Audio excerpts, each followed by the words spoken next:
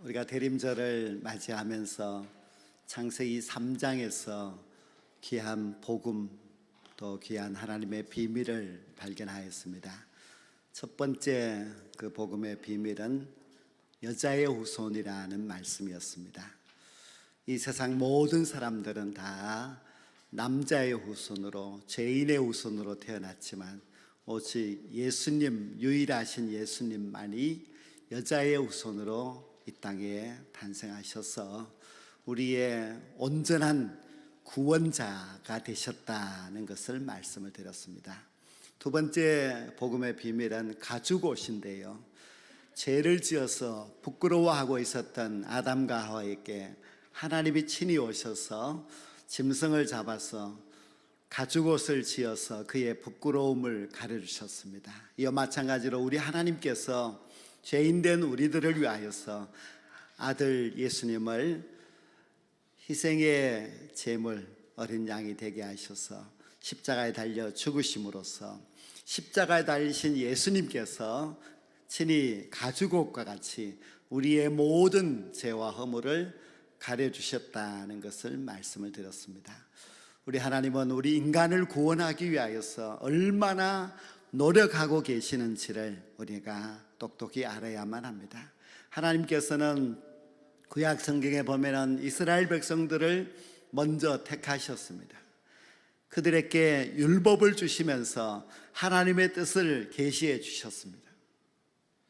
그리고 그 후에 많은 선지자들을 그때마다 보내어 주셔서 죄 지은 인간들로 하여금 하나님께로 돌아오게 부르셨습니다.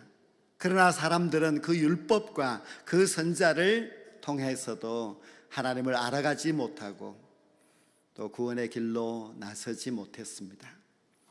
그래서 율법과 선지자로서는 부족하다는 것을 아시고 하나님께서는 특별한 계획을 세우셨습니다. 이 계획은 하나님의 완전한 계획이신데 그것은 바로 하나님 자신이 인간이 되셔서 이 땅에 오셔서 우리 인간을 구원하시겠다고 하는 계획입니다.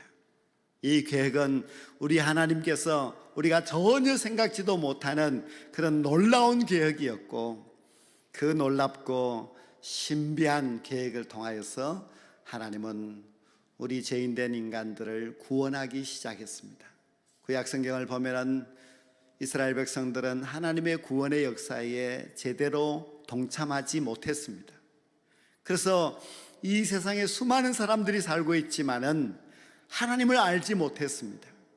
예수님이 오셔서 예수님이 복음을 전하심으로 말미암아 100년이 채 되지도 아니하여서 복음이 아프리카로, 유럽으로, 아시아로 전파되기 시작하여서 수많은 영혼들이 구원받고 곳곳에 하나님의 교회가 세워지는 역사가 일어났습니다.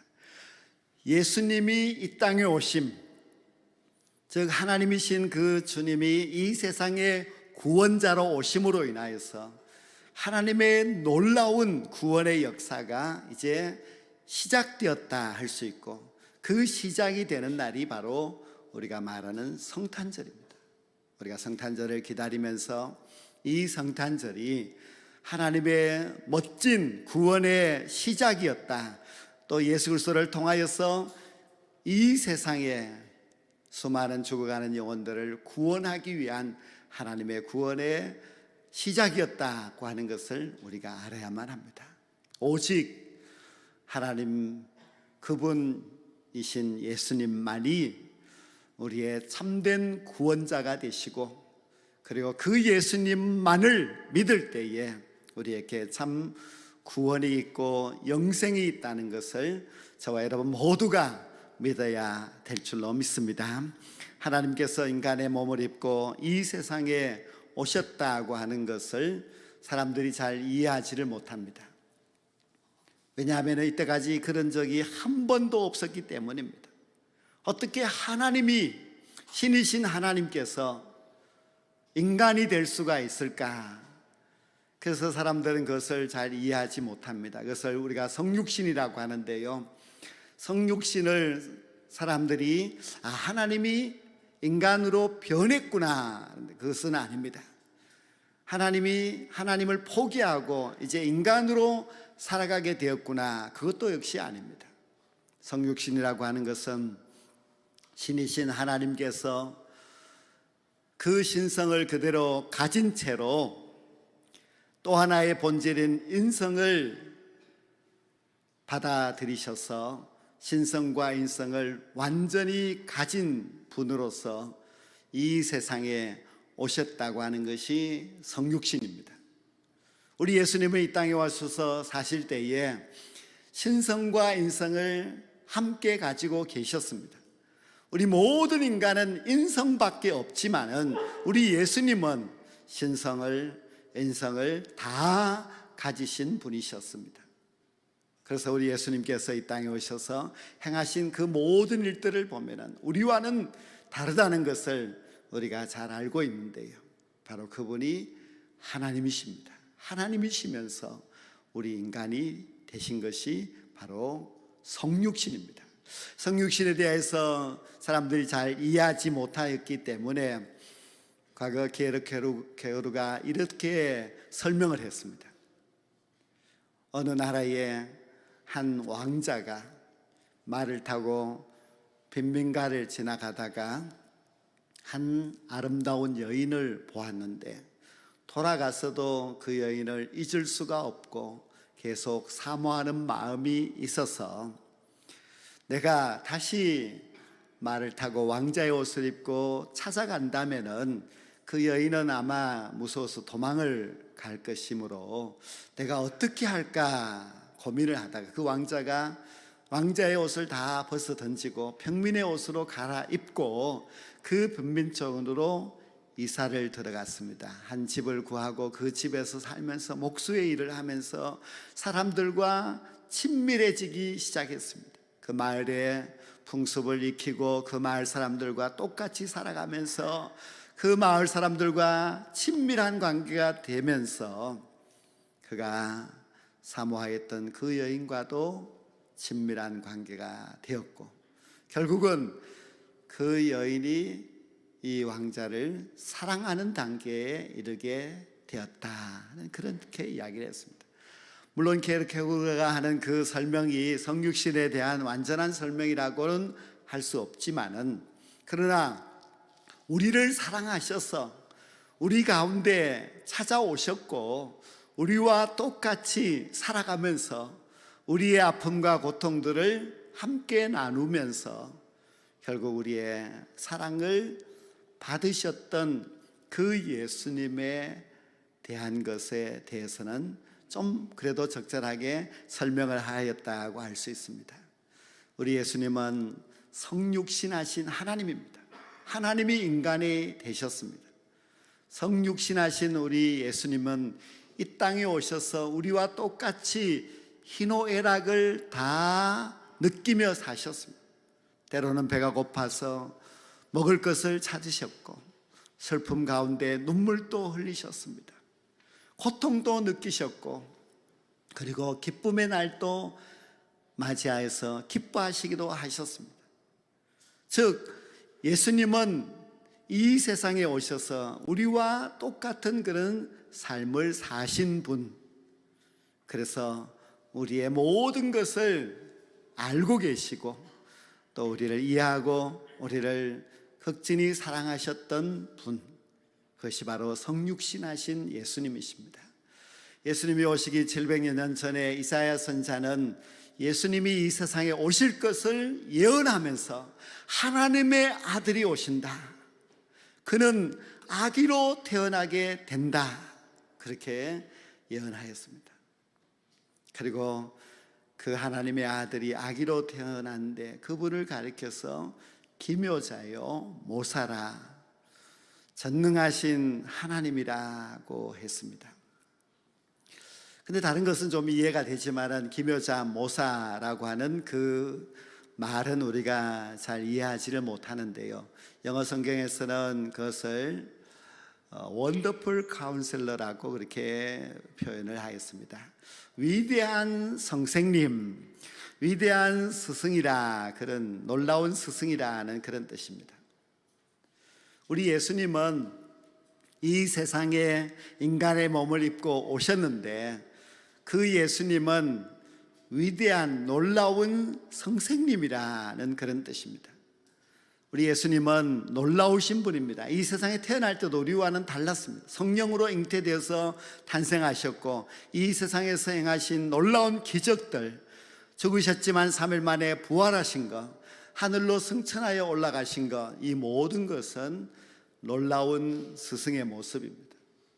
또 이 세상에서 사실 때도 예수님은 병자들을 고쳐주셨고 죽은 자도 살려주셨고 천국과 지옥에 대한 복음도 전해주셨습니다.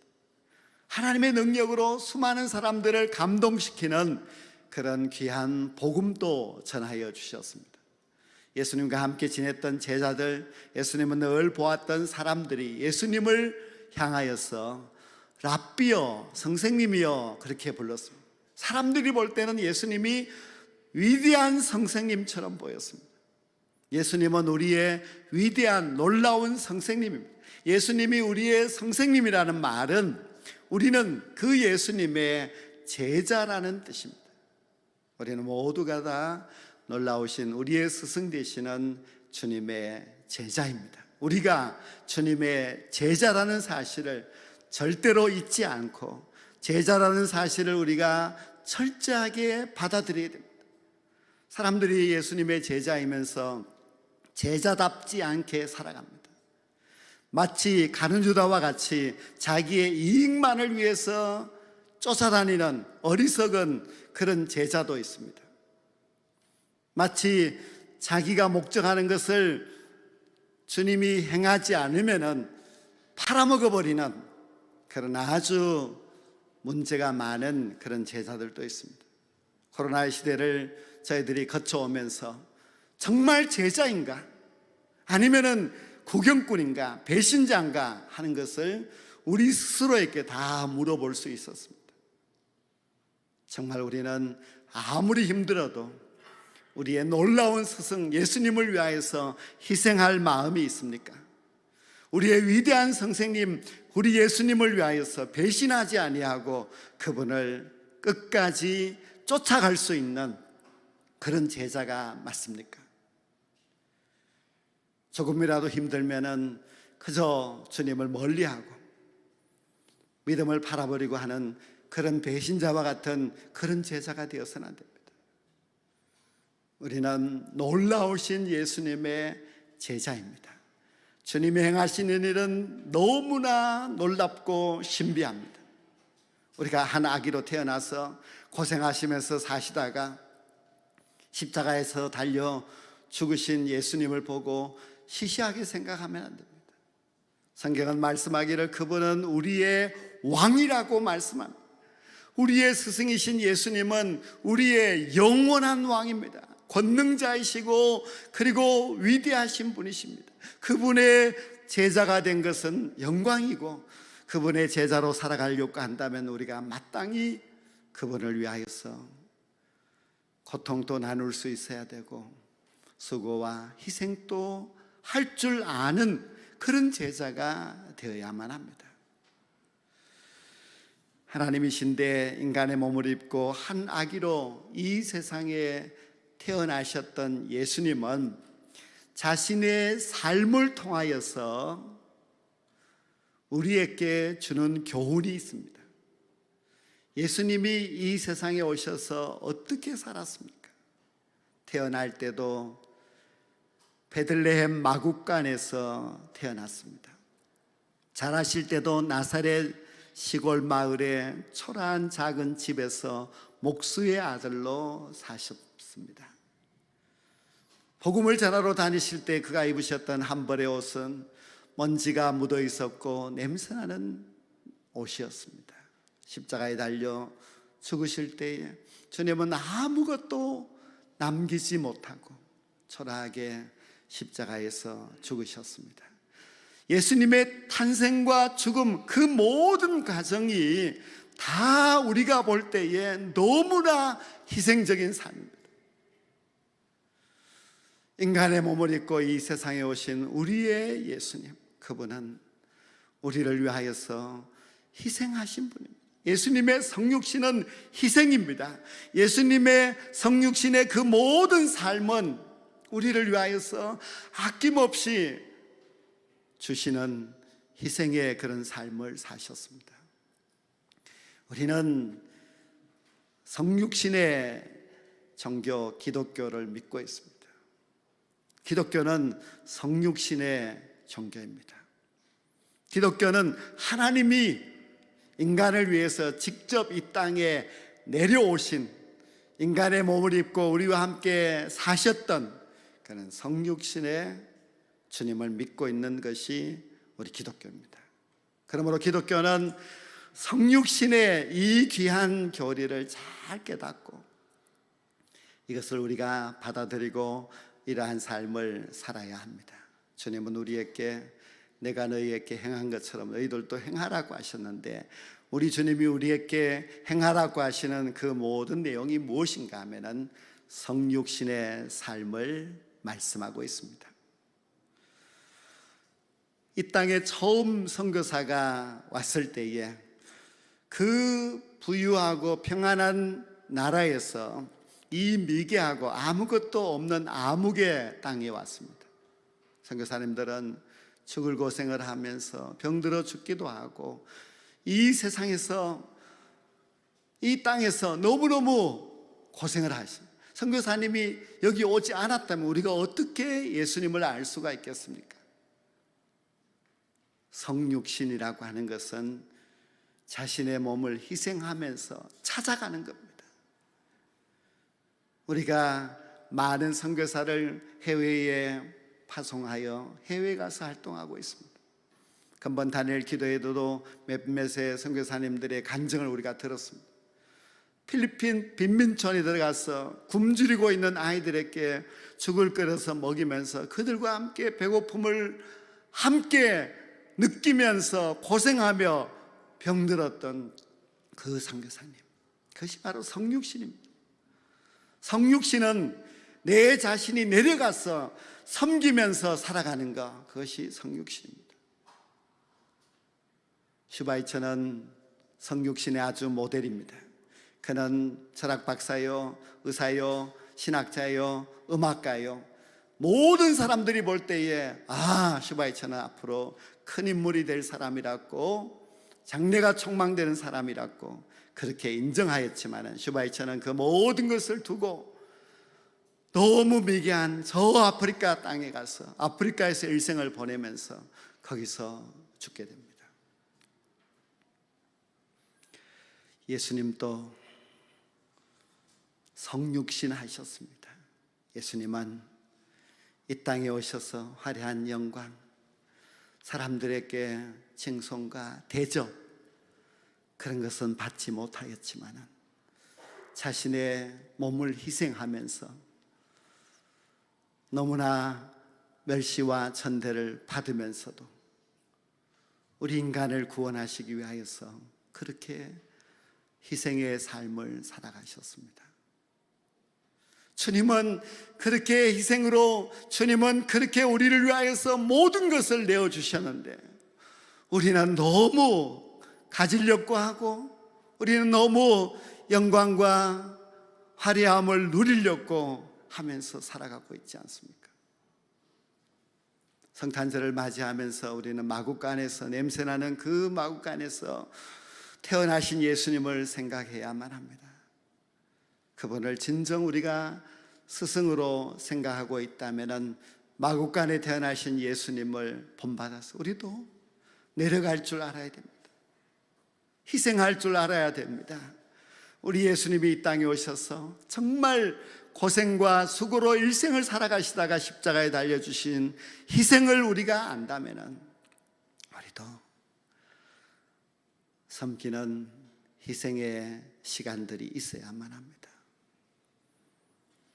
우리는 성탄절을 맞이하면 기쁘고 사람들과 만나서 즐겁게 좋은 음식을 먹고 또 좋은 사람들에게 선물을 주면서 나도 그것을 누리면서 살아가는 그런 시간들이 있지만 우리 주님을 생각하면 절대로 그렇지를 못합니다.